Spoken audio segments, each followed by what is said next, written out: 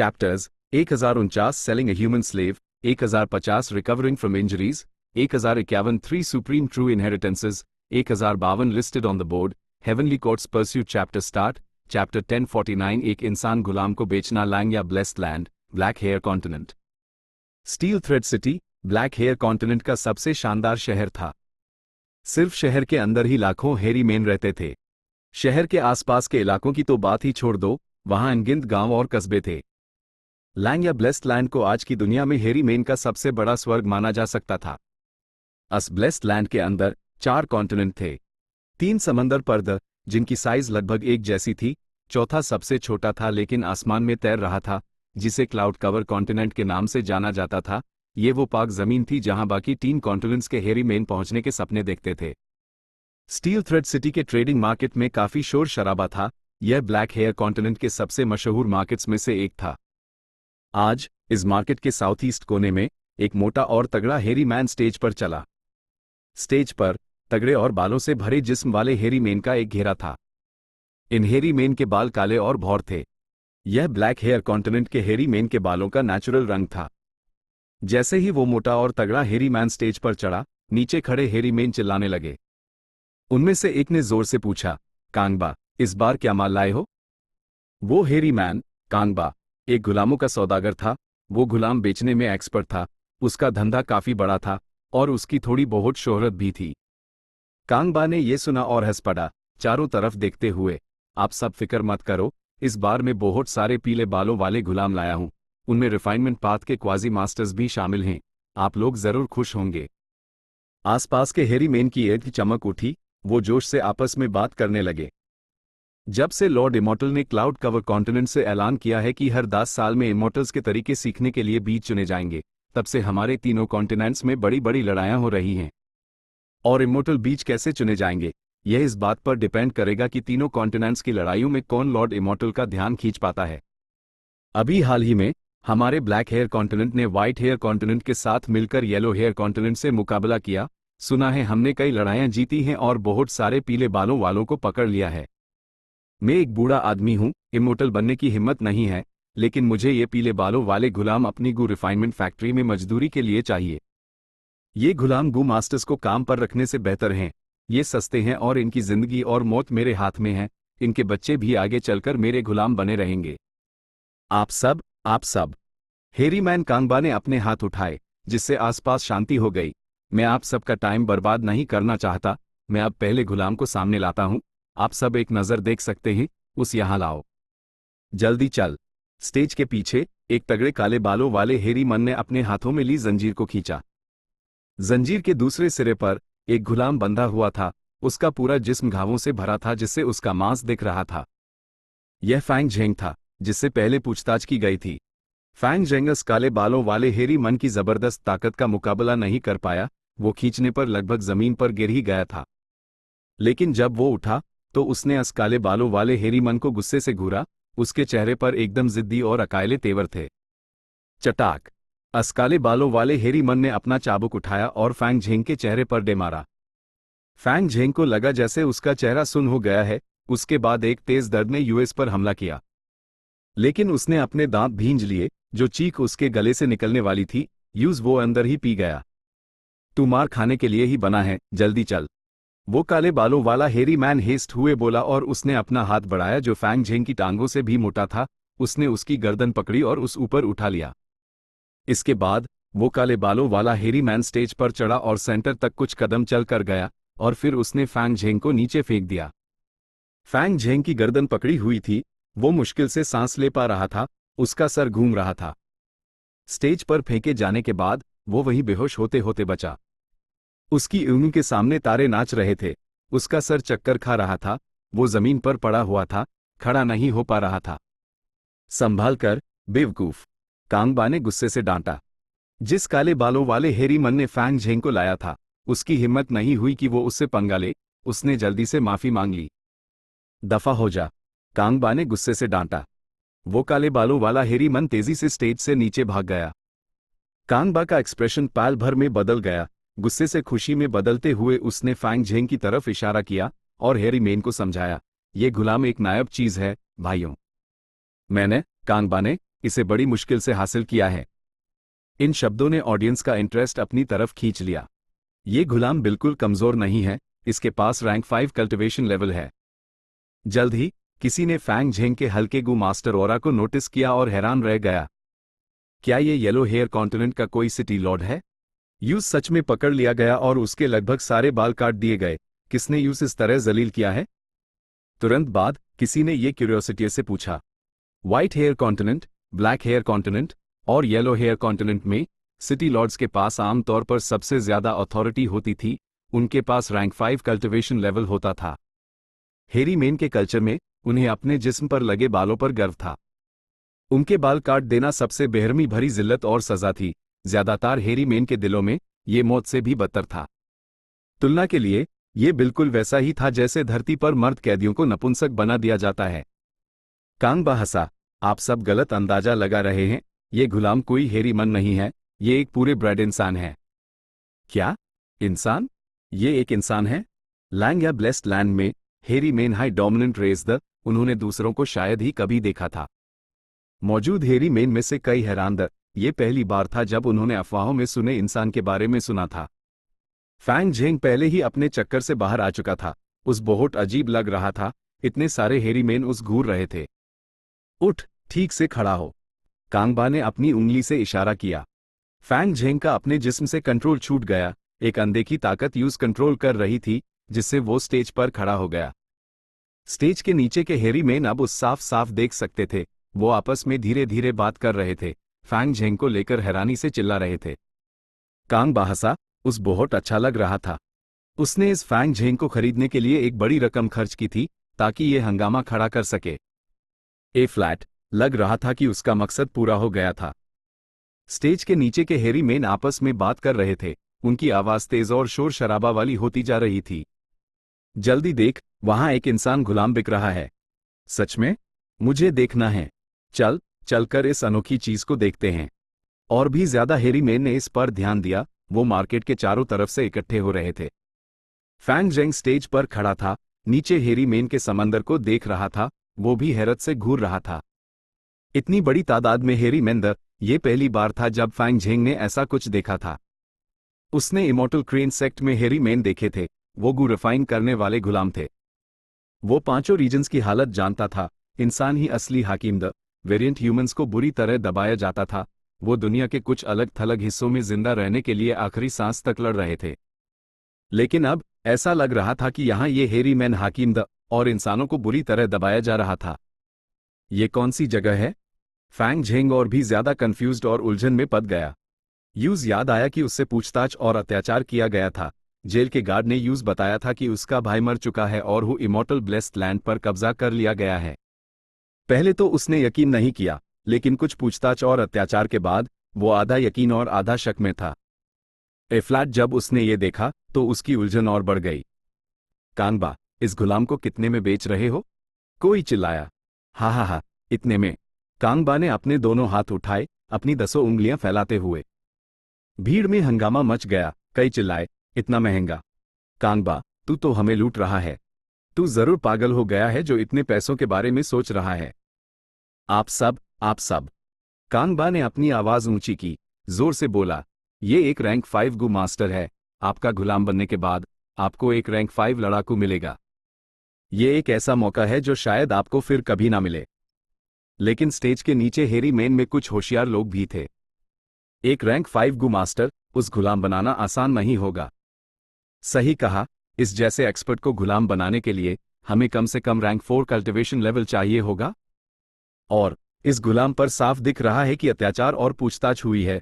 हो सकता है वो पहले से ही बुरी तरह जख्मी हो। क्या होगा अगर हम उस खरीद लें और वो मर जाए? कांगबा ने गुस्से में होने का नाटक किया। तुम लोग मुझे क्या समझते हो? मैं ईमानदारी और सच्चाई से धंधा करता हूं। यूज देखो, अच्छी तरह देखो। ये कहते हुए कांगबा फैंग झेंग की तरफ चला और उसने मजबूती से अपनी उंगलियां फैंग झेंग की ठुड्डी और होठों के आसपास दबाई। फैंग झेंग को तेज दर्द महसूस हुआ। उसका मुंह अपने आप खुल गया। उसके दांत और होठ दिखने लगे। इसके दांत देखो, आओ, इसकी स्किन देखो। कांगबा ने खींचा और एक तेज आवाज के साथ फैंग झेंग की शर्ट पूरी तरह से फट गई। फैंग झेंग कांप गया। वो पूरी तरह नंगा था। हेरी मेन के झुंड के सामने एक्सपोज हो गया था। बेशक उसके जिस्म पर घाव हैं, लेकिन ये सब ऊपरी चोटें हैं, इनका इलाज हो सकता है। मेन गारंटी दे सकता हूं कि इनसे कोई प्रॉब्लम नहीं होगी। फैंग झेंग ने अपने दांत भींच लिए, उसकी मुंह से आग निकल रही थी। तेज गुस्सा और जिल्लत उसके दिल में भर गई थी। वो इन सारे हेरी मेन को तुरंत मार डालना चाहता था। कांग बा हंसा। उसने एक टहनी से फैंग झेंग के जांघों के बीच की चीज को उठाया और बोला, सब लोग देखो, ये चीज अभी भी काम कर रही है। भविष्य में वो आपके लिए इंसानी बच्चे पैदा कर सकता है। आपके पास गुलामों की अनंत सप्लाई होगी। हा हा हा। हेरी मेन जोर जोर से हंस रहे थे। फैंग झेंग का चेहरा लाल हो गया था। वो बेहद जलील महसूस कर रहा था।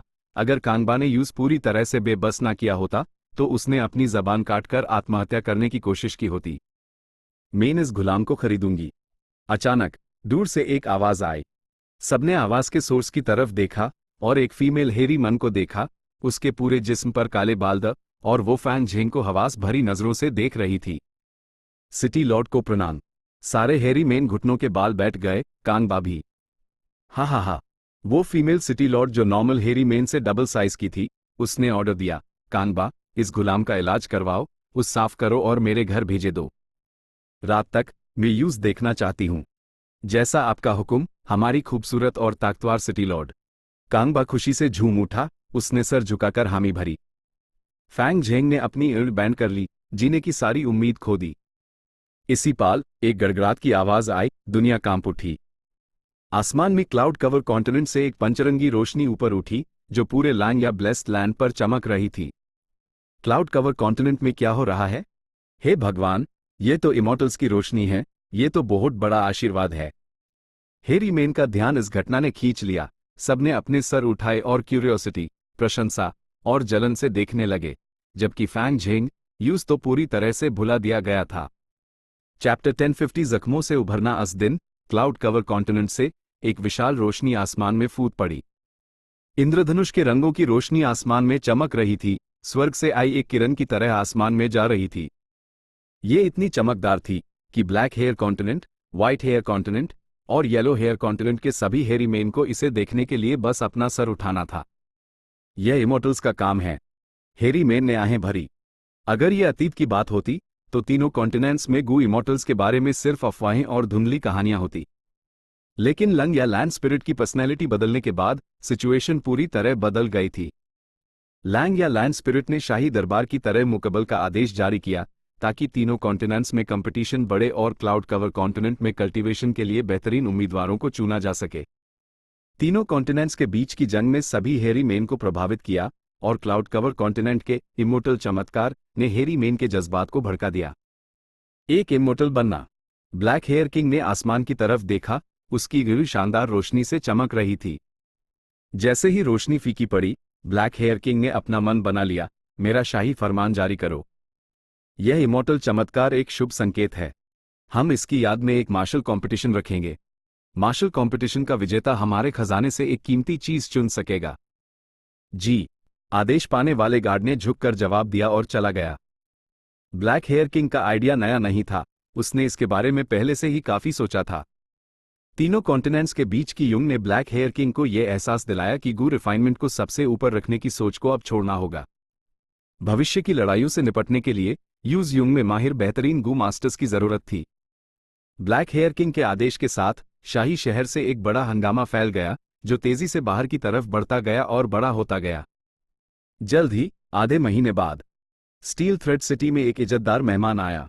इस मेहमान का स्वागत स्टील थ्रेड सिटी लॉर्ड ने खुद किया, क्योंकि वो भी एक सिटी लॉर्ड था। हुआफंग सिटी लॉर्ड, आप यहां किस काम से आए हैं? दावत के दौरान शराब पीते हुए स्टील थ्रेड सिटी लॉर्ड ने पूछा।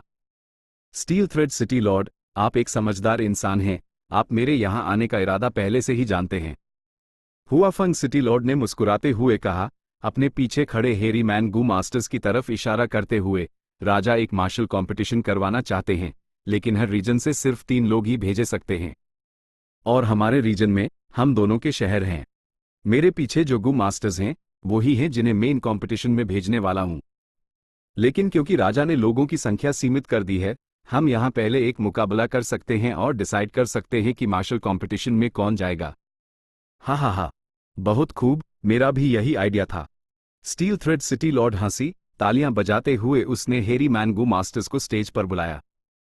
दोनों तरफ से एक एक व्यक्ति भेजा गया और लड़ाई शुरू हो गई।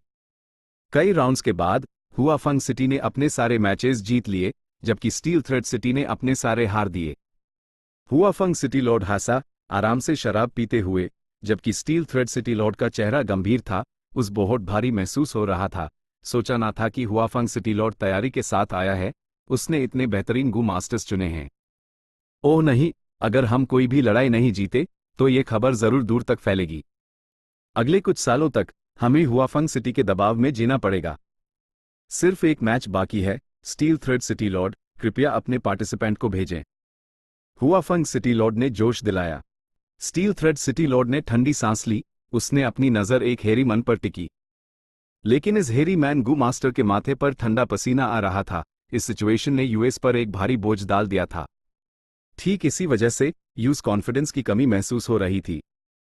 सिर्फ वो ही नहीं, दावत में बैठे स्टील थ्रेड सिटी के बड़े लोग भी यूएस पर भरोसा नहीं कर पा रहे थे।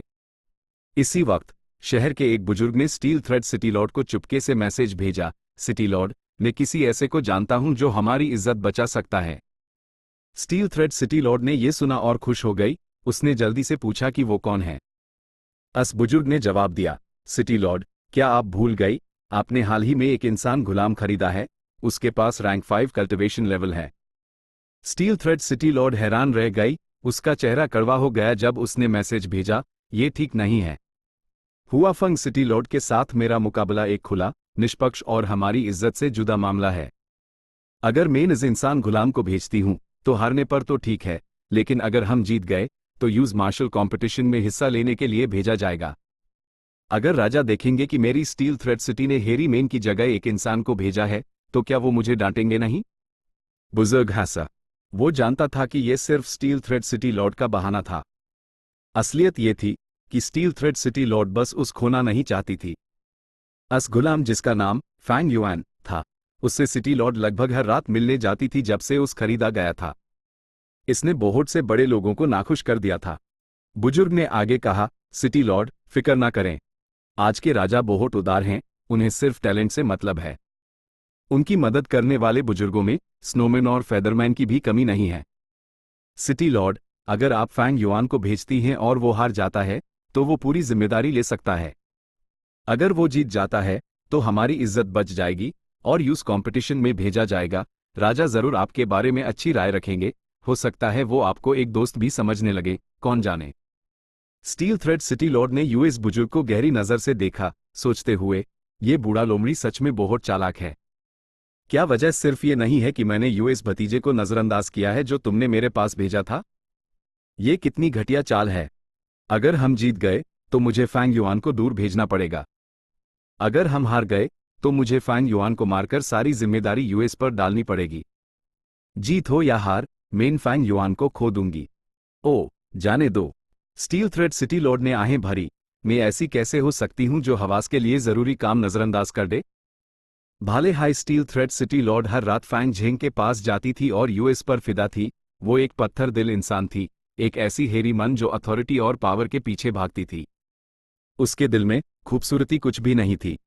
इसलिए स्टील थ्रेड सिटी लॉर्ड ने उस हेरी मन को बदल दिया और फैंग झेंग को बुलाया, उस सब कुछ बताया। वजह जानने के बाद फैंग झेंग स्टेज पर चला गया। ये एक रैंक 5 गू मास्टर है। हुआफंग सिटी लॉर्ड का दिल उछल पड़ा। फैंग झेंग का रैंक 5 ऑरा महसूस करके वो तुरंत सतर्क हो गया। वो मुस्कुराया। नियमों के मुताबिक इस राउंड का कंटेंट मेरी तरफ से डिसाइड किया जाएगा। पिछले कुछ राउंड्स में हमने लड़ाई की ताकत से मुकाबला किया। अब हम हेरी मेन की परंपराओं और सार को कैसे छोड़ सकते हैं? इस राउंड में हम गू रिफाइनमेंट से मुकाबला करेंगे। जैसे ही उसने ये कहा, स्टील थ्रेड सिटी लॉर्ड गुस्से में उस गालियां देने ही वाली थी। स्टील थ्रेड सिटी के बुजुर्गों ने भी हुआफंग सिटी लॉर्ड को नफरत से देखा। लेकिन हुआफंग सिटी लॉर्ड कई सालों से सिटी लॉर्ड था। वो बेशरम था। उसने इन नजरों को नजरअंदाज कर दिया। Steel thread city Lord use कुछ कह नहीं सकी। आखिरकार नियम पहले ही तय हो चुके थे। उसने फैंग झेंग की तरफ हाथ हिलाया, जाओ और मुकाबला करो। अपनी सारी काबिलियत दिखाओ। याद रखना, तुम्हें हर कीमत पर जीतना होगा। अगर तुम हारे तो तुम अपनी जान देकर इस हार की भरपाई करोगे। फैंग झेंग ने यह सुना और उसका चेहरा बेभाव था। पिछले कुछ दिनों में उस पूरी तरह से जलील किया गया था। स्टील थ्रेड सिटी लॉर्ड को रात की गतिविधियों की तेज इच्छा थी। उस हर तरह के स्टांसेस और पोजीशंस पसंद थे। वो एक रात में 17 या 18 बार करते द उसकी कोई सीमा नहीं थी। फैंग झेंग को लग रहा था कि इससे अच्छा तो मौत आ जाए। फैंग झेंग सच में बस मरना चाहता था, लेकिन एक गुलाम होने के नाते वो उनके कंट्रोल में था। वो चाह कर भी मर नहीं सकता था। स्टील थ्रेड सिटी लॉर्ड ने अब्यूज मौत की धमकी दी। उसके लिए ये एक तरह की रिहाई थी। उसके मन में एक ख्याल आया, क्या मैं अब भी जीना चाहता हूं? मैं हार मान लेता हूं और मर जाता हूं। लेकिन इसी पाल उसके दिमाग में एक आवाज आई, बेवकूफ। एक असली मर्द को कभी कभी झुकना और अपनी इज्जत को साइड में रखना आना चाहिए। ये जिल्लत कुछ भी नहीं है। अगर तुझमें हिम्मत है तो भविष्य में बदला ले। इन सभी दुश्मनों को जिन्होंने तुझे जलील किया है, लाखों टुकड़ों में काट दे। ये एक बेहतरीन इंसान का काम है। तुम कौन हो? फैंग झेंग चौंक गया। वो जोर से चिल्लाया। दूसरी तरफ हुआफंग सिटी का आखिरी हेरी मैन गू मास्टर स्टेज पर चला। उसने सोचा फैंग झेंग उससे बात कर रहा है। उसने अपना सीना फुलाया और कहा, मेन माओ शीबा हूं। फैंग झेंग ने कोई जवाब नहीं दिया। यूज अपनी आज़ादी वापस मिल गई थी। वो अब कई गू वॉर्म्स इस्तेमाल कर सकता था, लेकिन उसके दिमाग में आई आवाज़ एकदम से आई और चली गई। वो अपने जिस्म की कितनी भी जांच कर ले, उसका कोई निशान नहीं मिला। कमीने, तेरी हिम्मत कैसे हुई मुझे जलील करने की? माओ शीबा गुस्से में था। उसने अपना नाम बताया, लेकिन फैंग झेंग ने यूज इग्नोर कर दिया, जैसे कि वो इतना ऊंचा था कि अपना परिचय भी नहीं दे सकता। माओ शीबा बेहद गुस्से में था। ये आदमी इतना गुस्सा क्यों है? फैंग झेंग माओ शीबा की वजह से होश में आ गया। उसने अपने मन में सोचा। इस गलतफहमी की वजह से मुकाबला शुरू होने से पहले ही बहुत बड़ी दुश्मनी पैदा हो गई थी। सबकी नजरों के नीचे मुकाबला शुरू हुआ। माओ शीबा हुआफंग सिटी का सबसे ताकतवर गू मास्टर था। वो कलम और तलवार दोनों में माहिर था। न सिर्फ वो लड़ने में अच्छा था, बल्कि गू रिफाइन करने में भी माहिर था। इसके विपरीत, भले हाई फैंग झेंग ने इमॉर्टल क्रेन सेक्ट में कुछ समय तक कल्टीवेशन किया था। उसने मुख्य रूप से एनस्लेवमेंट पाथ की कल्टीवेशन की थी। उसने रिफाइनमेंट पाथ को सिर्फ थोड़ा हाई एक्सप्लोर किया था। मुकाबला अभी शुरू ही हुआ था, लेकिन माओ शीबा ने पहले ही बढ़त बना ली थी। मुकाबले के बीच में माओ शीबा ने फैंग झेंग को बहुत पीछे छोड़ दिया था। उसकी बढ़त बहुत ज्यादा थी। आखिरी लम्हों में देखने वाले हेरी मैन, चाहे वो स्टील थ्रेड सिटी से हो या हुआफंग सिटी से, किसी ने नहीं सोचा था कि फैंग झेंग जीत सकता है। यहां तक कि फैंग झेंग ने भी यही सोचा, क्या मैं हारने वाला हूं? तो ठीक है, मौत आखिरकार रिहाई तो है। उसने अंदर ही अंदर आहें भरी। बकवास। इस बार आवाज ने फिर से कहा। फैंग झेंग चौंक गया। उसके हाथ कांप गए। आधा बना हुआ गू धुएं में बदल गया। हा, हुआफंग सिटी लॉर्ड हंसा। स्टील थ्रेड सिटी लॉर्ड का चेहरा बदसूरत हो गया। फैंग झेंग के दिमाग के अंदर आवाज जारी रही, एक असली मर्द ऐसी छोटी सी नाकामी के सामने कैसे हार मान सकता है? तुम हो फैंग युआन? इस बार फैंग झेंग ने आवाज पहचान ली। ही, मेरा असली जिस्म तो मर चुका है। सिर्फ ये विल तुम्हारे दिमाग में बची है। इस दुनिया में रहने वाले मेरे भाई होने के नाते तुम अपने आप को बेहतर बनाने के बारे में नहीं सोच रहे हो। तुम बदला नहीं लेना चाहते। मैं सच में अब और नहीं देख सकता। फैंग युआन की विल ने गुस्से में डांटा। फैंग झेंग ने नाक सिकोड़ी, सोचते हुए, तुम तो मर चुके हो, अब भी क्यों बाहर आकर मामलों में दखल दे रहे हो? वो लॉर्ड स्काई क्रेन की आत्मा से परिचित था, जिसने उस अतीत में कल्टीवेशन में मदद की थी। उसके लिए फैंग युआन की विल से बात करना आसान था, बल्कि उसे एक नॉस्टैल्जिया का एहसास भी हुआ। लेकिन बाहर से हेरी मेन कुछ नहीं देख सकते थे। उन्होंने सिर्फ सोचा कि फैंग झेंग पूरी तरह से हक्का बक्का है और उसका चेहरा खाली है। फैंग युआन की विल ने फैंग झेंग की दुश्मनी को महसूस किया और लापरवाही से हंसा। जब मैं मर ही चुका हूं, तो तुमने मेरा नाम इस्तेमाल करके मेरी नकल क्यों की? फैंग झेंग चुप रहा। फैंग युआन की विल ने आगे कहा, तुम्हें जलील किया गया और अत्याचार सहे, लेकिन तुमने अपना असली नाम नहीं बताया। ये दिखाता है कि तुम में अभी भी शर्म, गुस्सा और नफरत है। तो फिर तुम इस मौके का इस्तेमाल बेहतर होने और मजबूत बनने के लिए क्यों नहीं कर रहे हो? तुम सिचुएशन जानते हो। अगर तुम ये जीत जाते हो, तो तुम मार्शल कंपटीशन में शामिल हो सकोगे, गुलामी से आज़ाद होकर अपनी आज़ादी वापस पा सकोगे। मैं भी जीतना चाहता हूं, कौन बदला और आज़ादी नहीं चाहता? लेकिन मेरी हार पक्की है, फैंग झेंग ने गुस्से में कहा। हाँ, फैंग युआन की विल हंसी। जब तक तुम मेरे इंस्ट्रक्शंस फॉलो करोगे, तुम माओ शीबा को पीछे छोड़कर ये जीत सकते हो। फैंग झेंग हैरान रह गया। उसने पूछा, इस बार क्या चाल है? HMPH। फैंग युआन की विल ने नाक से कोड़ी, भाले हाई मेन मर गया हूं, मैं असंतुष्ट हूं। मुझे बदला चाहिए। जिन हेरी मैन गू इमॉर्टल्स ने मुझे मारा, उनमें से कोई नहीं बचेगा। तुम मेरे बदले की उम्मीद हो। क्या तुम अभी मेरा नाम इस्तेमाल नहीं कर रहे हो? तो मेरे लिए बदला लो। मैं एक ऐसे शैतान की मदद क्यों करूं जिसने अपने पूरे खानदान को एक राक्षस की तरह मार डाला? फैंग झेंग ने गुस्से में जवाब दिया। फैंग युआन की विल ने जवाब दिया, तुम्हारे पास झगड़ने का टाइम नहीं है। मेरे इंस्ट्रक्शंस फॉलो करो। आग जलाओ, 3 अलग तरह के सोने डालो। याद रखना, प्रोफाउंड गोल्ड, आइस गोल्ड और टेर गोल्ड, उन्हें इस क्रम में कढ़ाई में डालो। फैंग झेंग ने अपने दांत भींज लिए, भले हाय वो फैंग युआन की बात नहीं सुनना चाहता था। उसके शब्दों ने उस जीत की कुछ उम्मीद दी, और ये उसकी जिंदगी से जुदा था। थोड़ी देर हिचकिचाने के बाद उसने अपना हाथ बढ़ाया, फिर से गू रिफाइन करना शुरू। ये देखकर ऑडियंस जोर से हंस पड़ी, लेकिन कुछ हाई मिनट्स में वो हंस नहीं पाए। वो हैरानी से फैंग झेंग को देख रहे थे। उसने अपना दाहिना हाथ उठाया, गू वर्म को पकड़े हुए उसने उस सबकी नजरों के सामने रिफाइन कर लिया था। मैं जीत गया। उसने गहरी सांस ली, जोर से ऐलान करते हुए।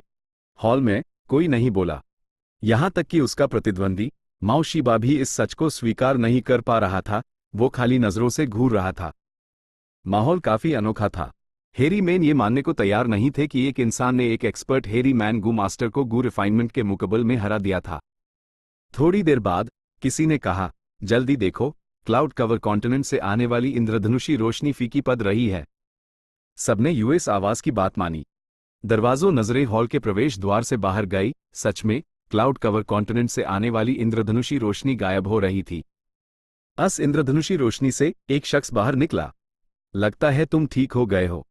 लैंग या लैंड स्पिरिट ने यूएस व्यक्ति को देखा और मुस्कुराया। हाँ, इस व्यक्ति ने सर हिलाया। ये सब फर्स्ट सुप्रीम एल्डर की वजह से है। जैसे ही उसने बोला, इंद्रधनुषी रोशनी फीकी पड़ गई, जिससे उसका चेहरा दिखा। अगर फैंग जेंग इस व्यक्ति को देखता तो वो चौंक जाता। ये शख्स और कोई नहीं, फैंग युआन हाई था। लैंग या लैंड स्पिरिट हैसा, अगर तुम मुझे शुक्रिया कहना चाहते हो तो क्या ये आसान नहीं है? मुझे डांगहू माउंटेन, लुओपो वैली या विजडम गू द डू। फैंग युआन मुस्कुराया, देना तो इम्पॉसिबल है, लेकिन हम सौदा कर सकते हैं।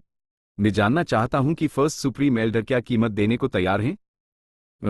लैंग या लैंड स्पिरिट की हंसी रुक गई। वो हिचकिचा रहा था, उसके चेहरे पर अजीब सी उलझन साफ दिख रही थी। चैप्टर 1051 तीन सुप्रीम सच्ची विरासतें, चाहे वो डांगहे माउंटेन हो, लुओपो वैली हो या विजडम गू, ये सब अनमोल खजानेदार, इस दुनिया में अनोखे, अपने अपने फील्ड्स में लाजवाब। फैंग युआन ने कहा कि उनका सौदा हो सकता है, लेकिन लंग या लैंड स्पिरिट उन्हें खरीदने के लिए क्या इस्तेमाल कर सकता था? फैंग युआन ने यूज माना नहीं किया, वो उम्मीद से इंतजार कर रहा था। लैंग या ब्लेस्ड लैंड की बुनियाद बहुत गहरी थी, ये कोई आम जगह नहीं थी। यह डू वेनरेबल्स के युगों से बची हुई थी और आज तक मौजूद थी। इंपीरियल कोर्ट ब्लेस्ड लैंड के तबाह होने के बाद इसे पांचों रीजन्स में नंबर 1 ब्लेस्ड लैंड कहा जा सकता था। जब वो जिंदा था, टैब लैंड स्पिरिट को हमेशा के लिए नंबर 1 रिफाइनमेंट पाथ इमॉर्टल के नाम से जाना जाता था। वो ओल्ड एक्सेंट्रिक टियन नन और ओल्ड इमॉर्टल कॉन्गजू से थोड़ा आगे था। ऐसा किरदार, उसके पास सौदा करने लायक कुछ कैसे नहीं हो सकता? जैसे इमॉर्टल गू के सौदे होते हैं, हर एक अनोखा होता है। अनोखी चीजों को वैसी ही अनोखी चीजों से बदला जा सकता है। उनकी कीमत का अनुमान व्यक्ति के अपने हालात पर निर्भर करता है। डांगहे माउंटेन, लुओपो वैली और विजडम गू, ये 3 ऐसी चीजें नहीं थी जिन्हें फैंग युआन सौदे में नहीं देगा, बस फायदा उसके लायक होना चाहिए। लैंग या लैंड स्पिरिट इधर उधर टहलने लगा। उसने माथे पर बाल डाले, गहरी सोच में डूब गया। अगर ये पिछला लैंड स्पिरिट होता तो सोचने की जरूरत ही नहीं थी, वो फैंग युआन से सौदा कर लेता। लेकिन पर्सनैलिटी बदलने के बाद इस नए लंग या लैंड स्पिरिट का फोकस अलग था। सफेद बालों वाला लैंड स्पिरिट स्पेस एस्केप गू के जुनून से बना था, इसलिए उस सिर्फ गू रिफाइन करने में दिलचस्पी है। उसने सारे हेरी मैन गू इमॉर्टल्स को रिफाइनमेंट पाथ के एक्सपर्ट्स बनाया। लेकिन ये काले बालों वाला लैंड स्पिरिट हेरी मैन को डोमिनेंट रेस बनाना चाहता है। मैं इस बात का अच्छा इस्तेमाल कर सकता हूं। फैंग युआन ने सोचा। अस लैंड स्पिरिट को इधर उधर टहलते देख उसने सब्र से उसके फैसले का इंतजार किया। फैंग युआन को एक तरह का कॉन्फिडेंस था। यूज विश्वास था कि लंग या लैंड स्पिरिट यूज निराश नहीं करेगा। जैसा फैंग युआन ने उम्मीद की थी, कुछ संघर्ष के बाद लंग या लैंड स्पिरिट ने अपना मन बना लिया और फैंग युआन के साथ सौदा करने का फैसला किया। फर्स्ट सुप्रीम एल्डर, मुझे आपकी सौदा करने की काबिलियत पर कोई शक नहीं है, लेकिन यह हम दोनों के लिए फायदेमंद होना चाहिए। अगर आपके पास जो चीजें हैं वो मेरी उम्मीदों पर खरी नहीं उतरती, तो मुझे डर है, फैंग युआन ने जानबूझकर कहा। लैंग या लैंड स्पिरिट ने घूरा और गुस्से से बोला, फिक्र मत कर, मेरे लंग या सेक्ट के खजाने उन 3 चीजों से कम नहीं हैं। ऐसा कहकर उसने फैंग युआन को एक इन्फॉर्मेशन पाथ गू वर्म दिया। फैंग युआन ने अपना हाथ बढ़ाया, इस गू वर्म को ले लिया। ये गू एक रेशम के कीड़े जैसा था, हालांकि इसका सर, सीना और पेट 3 अलग हिस्से थे। इसका शरीर कुल मिलाकर एक कोकून जैसा दिखता था, गोल और प्यारा। ये सफेद था और एक फूलदान जैसा दिखता था। इसकी सतह पर एक चमकदार ग्लेज था। फैंग युआन ने इसे अपने हाथ में पकड़ा। ये चिकना और चमकदार था, इसे हाथ में लेने पर अच्छा महसूस हो रहा था। ये एक बुकवर्म है? फैंग युआन थोड़ा हैरान हुआ। उसने पहले भी बुकवर्म देखे थे, वो एक तरह के कीमती रैंक 1 गू थे। लेकिन जो चीज यूज हैरान कर रही थी वो ये थी कि ये बुकवर्म रैंक 3 का ऑरा छोड़ रहा था। लैंग या लैंड स्पिरिट ने नाक सिकोड़ी, कहा, यह मेरे पिछले रूप ने बनाया था। उसने रैंक 1 बुकवर्म की हदों को तोड़ दिया, इसके रैंक 2 और 3 वर्जन्स डेवलप किए। लेकिन इनका क्या फायदा? अगर दुश्मन हमला करते हैं तो क्या बुकवर्म हमें बचा सकते हैं? भले ही उसने ऐसा कहा, फैंग युआन लैंग या लैंड स्पिरिट के लहजे में छिपी हल्की सी अकड़ सुन सकता था। फैंग युआन ने सर हिलाया, बिना कुछ बोले उसने अपने इमॉर्टल एसेंस में से थोड़ा सा अनलिमिटेड प्राइमेवल एसेंस इस्तेमाल करके बुकवर्म का इस्तेमाल किया, साथ ही अपनी चेतना का एक हिस्सा उसमें भेजे दिया। वो बुकवर्म का मालिक नहीं था, लेकिन उसने इसे लंग या लैंड स्पिरिट से उधार लिया था, इसलिए वो इसे बिना किसी रुकावट के इस्तेमाल कर सकता था। फैंग युआन की ईद चमक रही थी। बुकवर्म में दी गई जानकारी ने उस बेहद उत्साहित कर दिया, उसके दिल की धड़कन बढ़ गई। जैसा मैंने सोचा था, फैंग युआन ने अपने मन में तारीफ की, उसके विचार बेकाबू होकर हो रहे थे। Fang yuan Lang Ya blessed land वापस आ गया था और उसने ठीक होने में काफी समय बिताया था। इस समय उसके इमॉर्टल एपर्चर की आपदा नजदीक थी। यिंग वू जी, ही लू land, who immortal blessed land, fixed immortal travel, ये सब चीजें अब मायने नहीं रखती थी। उसकी सबसे बड़ी रुकावट इस आपदा को पार करना था। समय समय पर गू इमॉर्टल के इमॉर्टल एपर्चर में आपदाएं और मुसीबतें आती हैं। इमॉर्टल एपर्चर की बुनियाद जितनी गहरी होती है, आपदाएं और मुसीबतें उतनी ही मजबूत होती हैं। फैंग युआन का वर्तमान इमॉर्टल एपर्चर अभी तक मैनेज नहीं किया गया था, वो खाली था। लेकिन इसमें एक बेहद विशाल जगह थी और एक बड़ा टाइम पाथ फाउंडेशन था। ये 5 रीजन्स की अलग अलग प्रकृति से भी सीमित नहीं था। ऐसा इमॉर्टल एपर्चर 10 एक्सट्रीम फिजिक्स को मिलाकर भी काफी आगे था। जिन आपदाओं और मुसीबतों का उस सामना करना पड़ेगा, वो अभूतपूर्व रूप से खतरनाक होंगी। कोई कह सकता था, ये एक तेज धार वाली तलवार थी जो फैंग युआन की गर्दन पर लटक रही थी। जब वो ठीक हो रहा था, फैंग युआन फैंग झेंग को ट्रेन कर रहा था और साथ ही अपने हालात पर भी विचार कर रहा था। आपदा में सिर्फ कुछ ही दिन बाकी था। फैंग युआन को ज्यादा कॉन्फिडेंस नहीं था, वो इसके बारे में अनिश्चित था। उसके ज्यादातर इमॉर्टल गू उसके असली शरीर में रह गए थे, कुछ नाश हो गए थे, जबकि बाकी यिंग वुजी के पास रह गए थे। फैंग युआन की ताकत अब काफी कम हो गई थी। ताई बाई यून शेंग और ही लू लैन का कोई अता पता नहीं था, जबकि फेरी लीशन और ब्लेजिंग हेवन डिमिनेस मार चुकी थी। वो सिर्फ लंग या ब्लेस्ड लैंड से हाई मदद ले सकता था। और लंग या ब्लेस्ड लैंड इतने सालों तक मौजूद रहने के बाद बहुत सारी आपदाओं और मुसीबतों से गुजरा होगा। ये एक सफल उदाहरण था जिसने कई मुसीबतों का सामना किया था। फैंग युआन के लिए इससे सीखने को बहुत कुछ था। तो कैसा लगा? लैंग या लैंड स्पिरिट मुस्कुराया और कहा। उसने फैंग युआन की तरफ 3 उंगलियां उठाई। मेरे लंग या सेक्ट की 3 बड़ी बुनियादें हैं। पहली, मेरे मूल शरीर द्वारा छोड़ी गई रिफाइनमेंट पाथ की सच्ची विरासत, इसमें मेरे पूरे जीवन की कल्टीवेशन का सार है। दूसरी, जायंट सन इमॉर्टल वेनरेबल द्वारा छोड़ी गई लक पाथ की सच्ची विरासत। तीसरी, थीविंग हेवन डेमन वेनरेबल द्वारा छोड़ी गई थेफ्ट पाथ की सच्ची विरासत। जब मेरा मूल शरीर जिंदा था, मैंने इंडू वेनरेबल्स के लिए गू रिफाइन किए थे। मैंने उनसे भुगतान के रूप में उनकी एक सच्ची विरासत मांगी थी। फैंग युआन ने हल्का सा सर हिलाया। बुकवर्म में इन 3 सच्ची विरासतों के विवरण दर्ज थे। कोई भी हो, वो गहरी और गंभीर थी। फैंग युआन ने सिर्फ उनकी सबसे ऊपरी जानकारी देखी और वो उनसे पहले ही गहरी तरह से आकर्षित हो गया था। वो बेहद मूल्यवान थी। लैंग या लैंड स्पिरिट ने आगे कहा, इन 3 सच्ची विरासतों में से थीविंग हेवन की सच्ची विरासत सबसे कम मूल्यवान है। ऐसा इसलिए है क्योंकि मेरे मूल शरीर ने स्पेस एस्केप गू बनाया था, लेकिन यूज एक्टिवेट नहीं कर पाया, इसलिए मैंने भुगतान का एक हिस्सा वापस कर दिया। हालांकि थीविंग हेवन डेमन वेनरेबल की सभी सच्ची विरासतें जोड़ों में आती हैं। अगर तुम किस्मत वाले हो तो इस सच्ची विरासत को पाने के बाद, और अगर दूसरी सच्ची विरासत अभी तक हासिल नहीं की गई है, तो तुम्हें दूसरी सच्ची विरासत के सुराग मिल सकते हैं। थीविंग हेवन डेमन वेनरेबल ने कुल 10 सच्ची विरासतें छोड़ी थी, लेकिन उनमें से ज्यादातर सिर्फ अदरवर्ल्डली डीमंस हाई प्राप्त कर सकते हैं। सिर्फ मेरे पास जो है वो एक अपवाद है। फैंग युआन, तुम एक अदरवर्ल्डली डेमन हो। तुम आसानी से दूसरी थीविंग हेवन की सच्ची विरासत प्राप्त कर सकते हो अगर वो अभी भी उपलब्ध है। फैंग युआन ने हल्का सा सर हिलाया। उसने फॉर्मलेस हैंड की शक्ति देखी थी। थेफ्ट पाथ के तरीकों का इस्तेमाल करके वो दूसरों के इमॉर्टल गू चुरा सकता था और हर लड़ाई के बाद सबसे ज्यादा फायदा उठा सकता था। और कुछ तरीके जिन पर फैंग युआन बहुत निर्भर करता था, unfamiliar face, vaguely familiar face और फेमिलियर फेस, वो भी थीविंग हेवन डेमन वेनरेबल के इमॉर्टल किलर मूव्स थे। फैंग युआन ने चोरी के फायदे अनुभव किए थे। ये सच्ची विरासत उस निराश नहीं करेगी।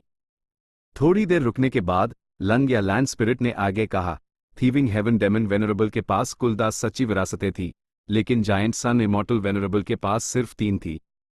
जब मैं जिंदा था, मैंने उनके लिए इमॉर्टल गू हाउस 88 ट्रू यांग बिल्डिंग रिफाइन किया था, इसलिए इस सच्ची विरासत की कीमत थीविंग हेवन की विरासत से ज्यादा है।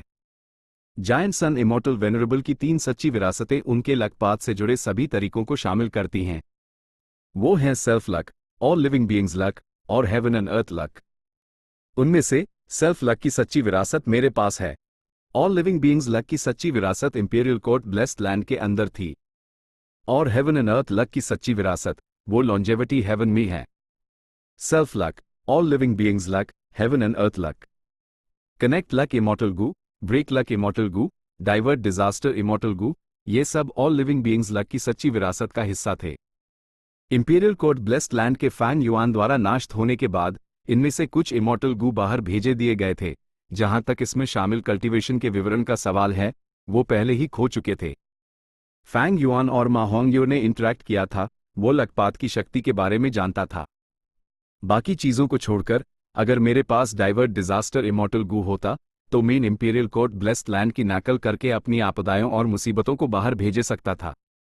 फैंग युआन जानता था कि लकपत उसकी मुसीबतों के लिए बहुत उपयोगी था। भले हाई इस सेल्फ लक की सच्ची विरासत में डाइवर्ट डिजास्टर इमॉर्टल गू जैसे गुना हो, फैंग युआन की किस्मत जितनी ऊंची होगी, उसकी आपदाएं और मुसीबतें उतनी ही कमजोर होंगी, वो उनसे आसानी से निपट सकता था। फैंग युआन, मेन सलाह दूंगा कि तुम सेल्फ लक की सच्ची विरासत ल लो, क्योंकि तुम्हारी किस्मत सच में बहुत खराब लगती है। लैंग या लैंड स्पिरिट ने कहा, अभी जब तुम सदर्न बॉर्डर से वापस आए तो कितनी समस्याएं और गड़बड़ियां हुई। यहां तक कि मेरी तरफ से मैंने डू हेरी मैन गू इमॉर्टल्स को खो दिया, तुम इसका कारण सोच भी नहीं सकते। फॉर्चून राइवलिंग हेवन इमॉर्टल गू को रिफाइन करने के लिए ओल्ड एंसेस्टर ज़ूहू ने स्नोई माउंटेन ब्लेस्ड लैंड में डिमोनिक पाथ गू इमॉर्टल्स को उसके लिए सामग्री इकट्ठा करने का आदेश दिया। इस काम ने उसके सदस्यों की वफादारी कम कर दी। एक महत्वपूर्ण क्षण पर स्नोई माउंटेन ब्लेस्ड लैंड में एक गद्दार सामने आया, जिसने सबसे महत्वपूर्ण सामग्री में से एक चुरा ली। ओल्ड एंसेस्टर ज़ूहू गुस्से में था। उसने किसी भी संदिग्ध व्यक्ति को पकड़ने के लिए गू इमॉर्टल्स भेजे। मैंने तुम्हें लेने के लिए जो हेरी मैन गू इमॉर्टल भेजा था, वो भी इस मामले में फंस गया। और जो दूसरा गू इमॉर्टल रहस्यमय तरीके से गायब हो गया, मुझे अभी तक उसके गायब होने का कारण भी नहीं पता चला है। मुझे विश्वास है कि एक दिन सच सामने आएगा। उनका बलिदान व्यर्थ नहीं जाएगा। फैंग युआन ने जोश दिलाया। लैंग या लैंड स्पिरिट ने दांत पीसे। उसने इस विषय को आगे नहीं बढ़ाया। वो पिछले विषय पर वापस चला गया। असल में मुझे लगता है कि जो सच्ची विरासत तुम्हारे लिए सबसे ज्यादा सूट करती है, वो पहली वाली है। रिफाइनमेंट पाथ की दो शैलियां हैं, क्या तुम उनके बारे में जानते हो? मैंने उनके बारे में सुना है, फैंग युआन ने कहा।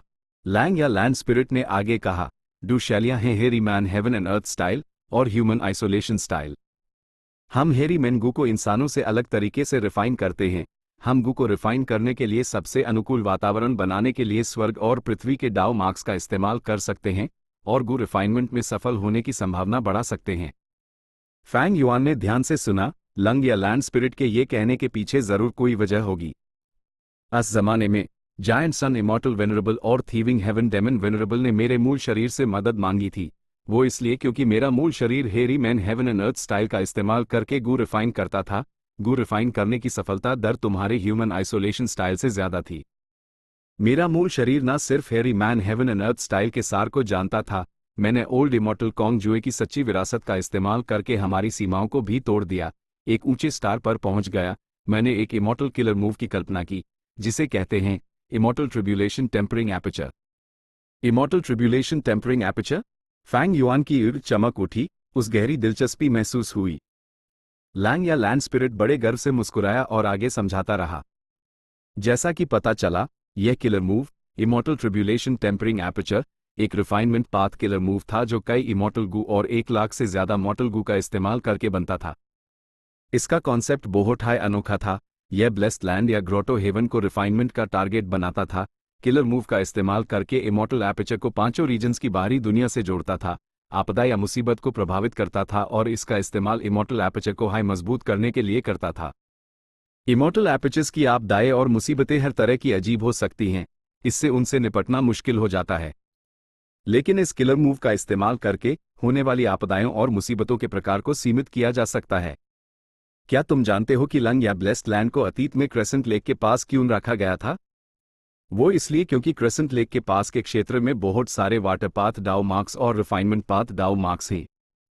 मेरा पिछला रूप हमेशा आपदाओं और मुसीबतों से निपटने के लिए killer move immortal tribulation tempering aperture का इस्तेमाल करता था। अक्सर वाटर पाथ और रिफाइनमेंट पाथ की आपदाएं होती थी। उन्हें पार करने के बाद इमॉर्टल एपर्चर को वाटर पाथ और रिफाइनमेंट पाथ डाउ मार्क्स मिल जाते थे। 1,80,000 साल पहले लंग या ब्लेस्ड लैंड में कोई समुद्र नहीं था। लेकिन अब इस विशाल महासागर को देखो, विशाल भूखंड 3 महाद्वीपों में सिमट गया है। ये बड़ी संख्या में वाटर पाथ डाउ मार्क्स का प्रभाव है। फैंग युआन ने यह सुना और स्पेक्ट्रल सोल के बारे में सोचा, जिसने सॉवरन इमॉर्टल फीटस गू को रिफाइन करने के लिए मिरियड ट्रिब्यूलेशंस का इस्तेमाल किया था। ये killer move immortal tribulation tempering aperture concept में स्पेक्ट्रल सोल के तरीके से बहुत मिलता जुलता है। नहीं, शैडो सेक्ट के जासूस लंग या ब्लेस्ड लैंड के अंदर हो सकता है स्पेक्ट्रल सोल का तरीका इमॉर्टल ट्रिब्यूलेशन टेम्परिंग एपर्चर से हाई निकला हो। फैंग युआन ने सही अंदाजा लगाया। स्पेक्ट्रल सोल डेमन वेनरेबल का तरीका killer move immortal tribulation tempering aperture से हाई लिया गया था, लेकिन उसके तरीके ज्यादा रिफाइंड दी। उसने मुसीबतों के प्रकार का अनुमान लगाने के लिए विजडम पथ का इस्तेमाल किया और फिर अतिरिक्त तैयारियां की। यह इस इमॉर्टल ट्रिब्यूलेशन टेम्परिंग एपर्चर जैसा नहीं था। यह सिर्फ आपदाओं और मुसीबतों को प्रभावित कर सकता था, असफल होने की भी संभावना थी। लैंग या ब्लेस्ड लैंड ने जिन आपदाओं और मुसीबतों का सामना किया, उनमें फायर पथ और लाइटनिंग पथ की मुसीबतें भी थी, सभी वाटर पाथ और रिफाइनमेंट पाथ की नहीं थी। ठीक है, तुम्हारे पास लुओपो वैली, डांग माउंटेन और विजडम गू है। मेरे पास भी 3 सच्ची विरासतें हैं। हम एक के बदले एक का सौदा कर सकते हैं। तुम कौन सी एक्सचेंज करना चाहते हो? लैंग या लैंड स्पिरिट ने पूछा। इस बार फैसला करने की बारी फैंग युआन की थी। उस क्या चुनना चाहिए? चैप्टर 1052 बोर्ड पर नाम हेवनली कोड की तलाश central continent Hu immortal blessed land. Fairy Zi Wei ने धीरे से अपनी अणु खोली। उसने एक खूबसूरत पर्पल रोब पहना हुआ था जो उसके सुंदर जिस्म को मुश्किल से ही छुपा पा रहा था। उसकी उड़ गहरी काली झीलों जैसी थी। उसके चेहरे पर एक उदासी छाई हुई थी। उसकी स्किन बर्फ जैसी सफेद थी और उसके काले बाल उसकी कमर तक लटक रहे थे। उसका पूरा जिस्म रैंक 8 के ऑरा से भरा हुआ था। एक सांस छोड़ते हुए उसने अपना विजडम पाथ किलर मूव वापस लिया और हवा से नीचे उतरी। एंसेस्टर जी वे को प्रणाम। जमीन पर फंग जिन हुआंग, जो काफी देर से इंतजार कर रही थी, फेरी जी वे को देखते ही तुरंत सम्मान से घुटनों के बाल बैठ गई। फेरी जी वे के होठों के कोने हल्के से मुड़ गए जब उसने एक दुर्लभ मुस्कान दी। उसके चेहरे की उदासी तुरंत गायब हो गई और वो चमक से खिल उठी, एक ऐसी इमोर्टल सुंदरता बिखेरती हुई जो लोगों की रूह को हिला सकती थी। हुआंग, उठो, इतनी फॉर्मेलिटी की जरूरत नहीं। वैसे भी तुम्हारी माँ और मेरे बीच खून का रिश्ता है। देखने से लग रहा था वो इस जूनियर फंग जिन हुआंग से बेहद खुश थी।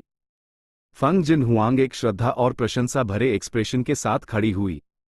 उसके सामने जो शख्सियत थी वो एक रैंक 8 गू इमॉर्टल थी।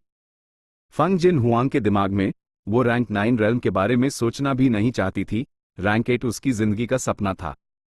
उसके सामने ये फेरी जी वे स्पिरिट एफिनिटी हाउस से थी, और सेक्ट में उसका दर्जा बहुत ऊंचा था। वो कम से कम 1600 साल से जिंदा थी। उसने विजडम पाथ कल्टिवेट किया था और हेवनली कोर्ट ज्वाइन किया था। वो गरिमा में और सुंदर थी, और ये कहा जा सकता है कि वो सब कुछ थी जिसकी फंग जिन हुआंग प्रशंसा करती थी और उसके आदर्श लक्ष्य के लिए एक यथार्थवादी संदर्भ थी। एंसेस्टर जी वे, आप 3 महीनों से हु इमॉर्टल ब्लेस्ड लैंड में अनुमान लगा रही हैं, क्या आपको कुछ मिला? फंग जिन हुआंग ने उत्सुकता से पूछा। फेरी जी वे ने हल्का सा सर हिलाया। इस वक्त वो पहले हाई फंग जिन हुआंग के सामने उतर चुकी थी और जमीन से सिर्फ 1 फुट दूर थी, हवा में धीरे धीरे तैर रही थी।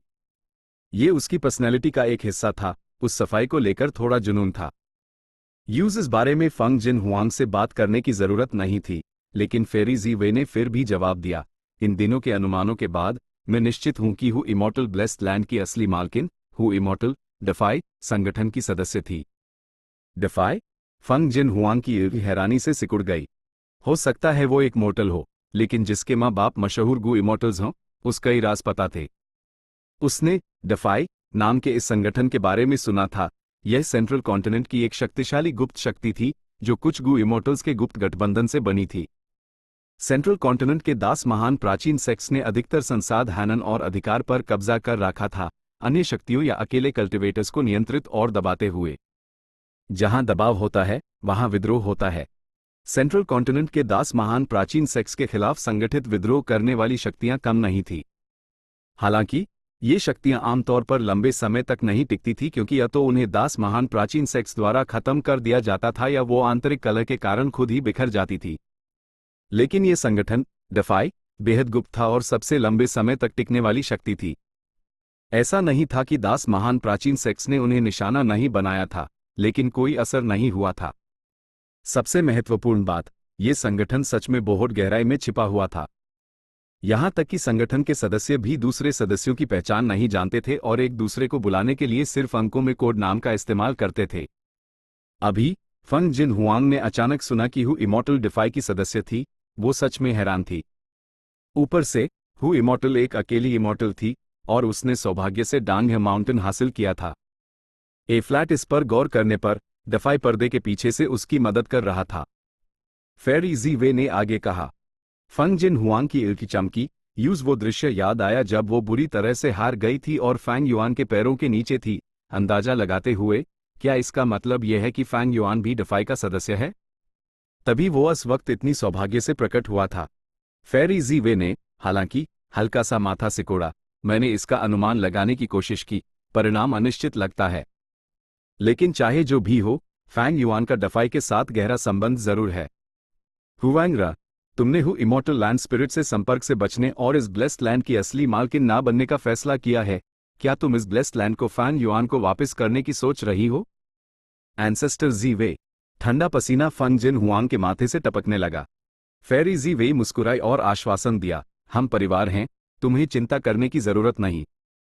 मैं जानती हूं कि फैंग युआन ने बिना शक के फंग जिउगे को बचाया था।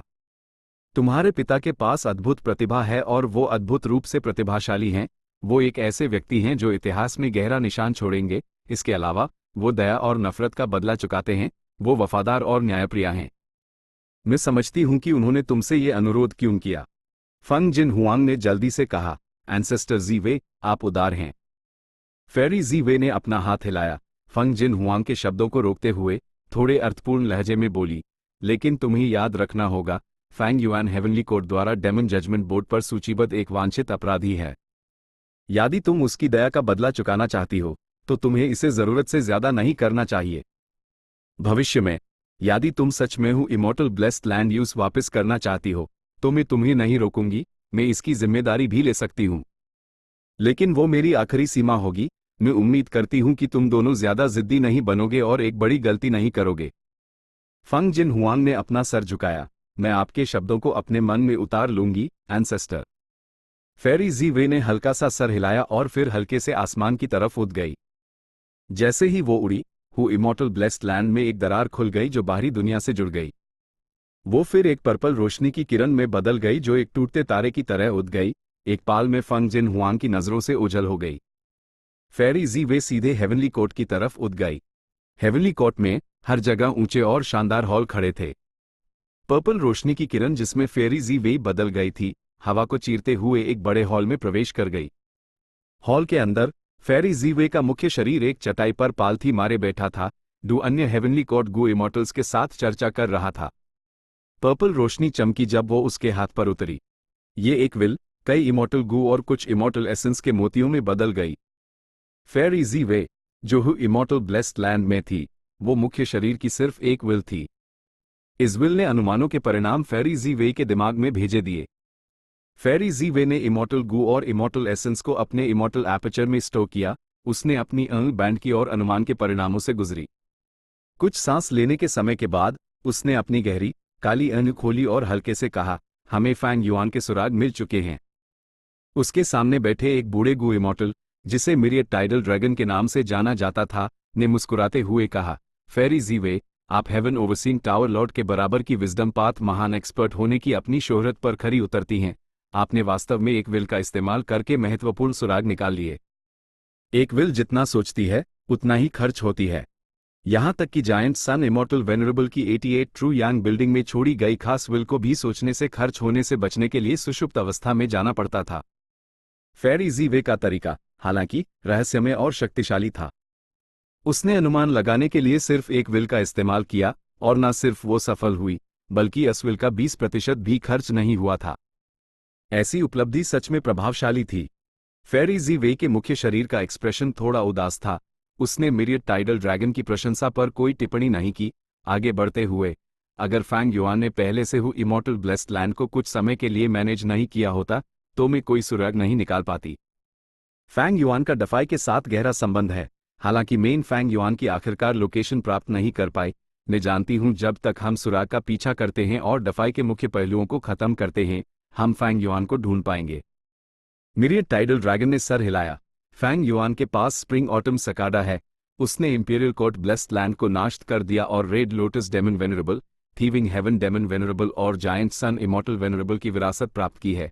वो एक अदरवर्ल्डली डेमन भी है और साउदर्न बॉर्डर की लड़ाई में बचने में भी सफल रहा। ऐसे खतरनाक वेरिएबल को खत्म किया जाना चाहिए। लेकिन अगर हम उससे निपटना चाहते हैं, तो हमें पहले स्प्रिंग ऑटम सकाडा से निपटना होगा। आप इस बारे में निश्चिंत रह सकते हैं। जागते ही मैंने तुरंत कुछ तैयारियां कर ली थी। मैंने कुछ दिन पहले एक किलर मूव को सफलतापूर्वक एक्टिवेट कर दिया है और स्प्रिंग ऑटम सकाडा को सील कर दिया है। ये 3 महीने के समय के भीतर एक्टिवेट नहीं हो पाएगा। हॉल में मौजूद तीसरे गू इमॉर्टल ने कहा। उसकी आवाज खुरदुरी थी। वो एक आधे उम्र का दिखता था, जिसकी आंखों के नीचे काले घेरे थे और वो सुस्त दिखता था, दूसरों को अत्यधिक थकान का प्रभाव देता था। हालांकि फेरी जीवे और मिरियड टाइडल ड्रैगन को यूएस पर भरोसा लग रहा था। बाद वाले ने मुस्कुराते हुए कहा, जब से आपने वे लिंग यांग ने कदम उठाया है, तो स्प्रिंग ऑटम सकाडा चिंता का विषय नहीं है। फेरी जीवे ने कहा, तो हम मिंगटांग घाटी जाकर गोंग सन लियांग को पकड़ेंगे। उसी समय सेंट्रल कॉन्टिनेंट में पोर्ट नदी के किनारे पर यिंगवुजी नदी के किनारे खड़ा था, हरे भरे वृक्षों को देख रहा था और हल्की हवा महसूस कर रहा था। हालांकि वो अंदर से बेचैन महसूस कर रहा था। अर्थ अबिस में ध्वस्त हुए क्षेत्र के आसपास से घूमने के बाद वो ताई बाई युनशेंग, ही लुलन और शीनू के साथ काफी दूरी तय कर चुका था, इससे पहले कि वो उन्हें सेंट्रल कॉन्टिनेंट के पूर्वी हिस्से में ट्रांसपोर्ट करने के लिए एक गू फॉर्मेशन का इस्तेमाल कर पाता। ये क्षेत्र विंड क्लाउड मैनर के अधिकार क्षेत्र में था।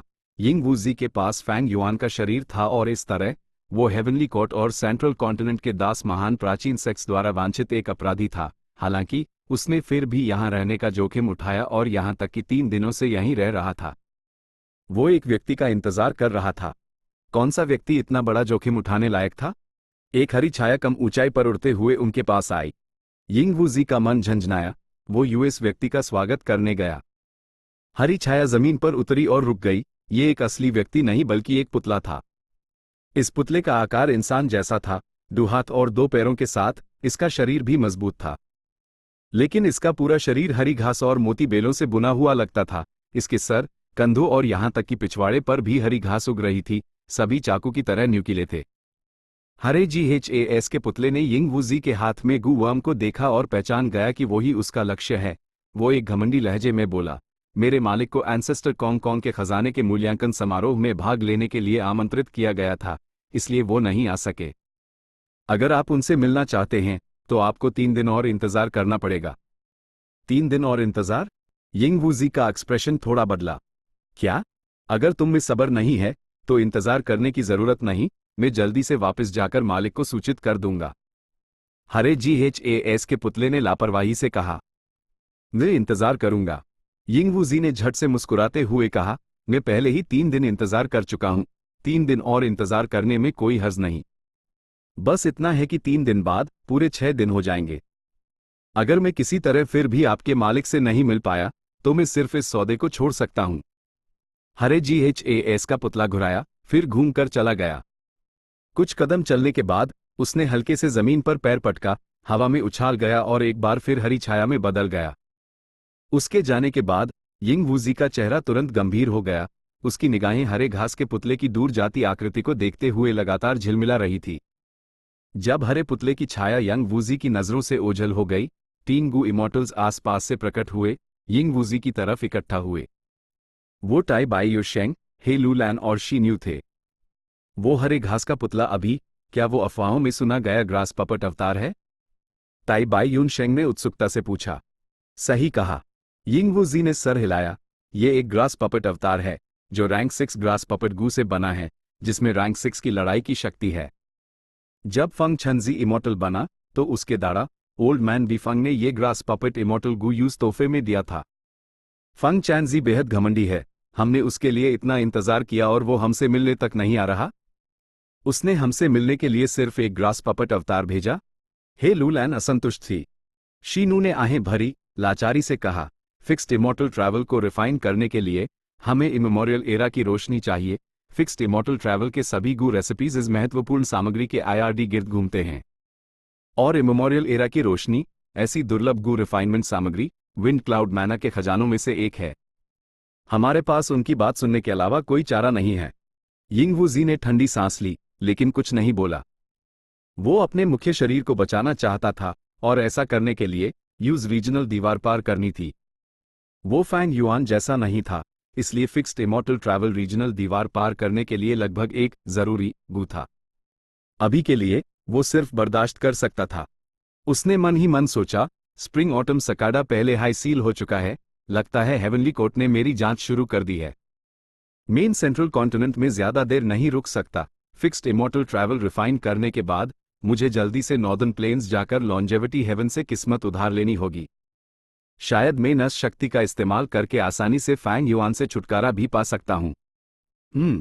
नहीं, समय को देखते हुए कल वो दिन होना चाहिए जब फैंग युआन की अर्थली कैलेमिटी आएगी। सॉवरन इमॉर्टल एपर्चर की अर्थली कैलेमिटी पार करना आसान नहीं होगा। हेवंस विल फैंग युआन को प्रभावित नहीं कर सकती, लेकिन फिर भी उससे निपटने के लिए बंदोबस्त कर सकती है। ज्यादा संभावना है कि न सिर्फ आपदाएं और मुसीबतें होंगी, बल्कि मानव निर्मित आपदाएं भी हो सकती हैं। Chapter and.